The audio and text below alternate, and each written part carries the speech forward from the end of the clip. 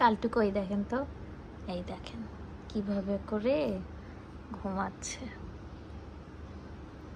ওনার চোখে লাইট লাগতেছে যার কারণে চোখটা ঢেকে ঘুমাচ্ছে, এই দেখেন। আর পাশেই হচ্ছে তার বোন লুলু আপা, সে চিংড়ি মাছের মতো ঘুমায়, চিংড়ি মাছের এরকম গোল করে ঘুমায় না, সেও ঘুমায়। ঘুমাই গেছে আমার সোনা পাখিটা,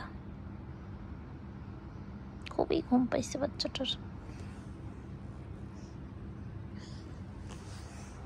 এখন পাখি বলায় অনেকেই বলবেন এটা তো বিড়াল, পাখি কেন বলতেছেন? আসলে এগুলো কথা যারা বলে, বুঝছেন, আমার মনে হয় না তাদের মাথায় কোনো ঘেলু বলতে কিছু আছে। আল্লাহ মনে হয় তাদেরকে ঘেলু ছাড়াই পাঠাইছে।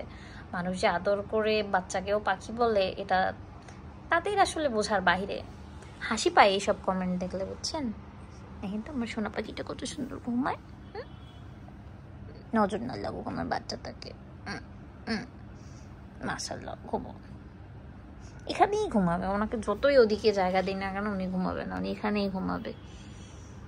চোখটা চিপে ধরে ঘুমায়, বাপটার মতো হয়েছে। আর পাপাটা ওরকম, অ্যাঞ্জেলো আগে এরকম চোখটা চিপে ধরে ঘুমিয়ে পড়তো, এখন উনিও ঘুমায় ওইভাবে।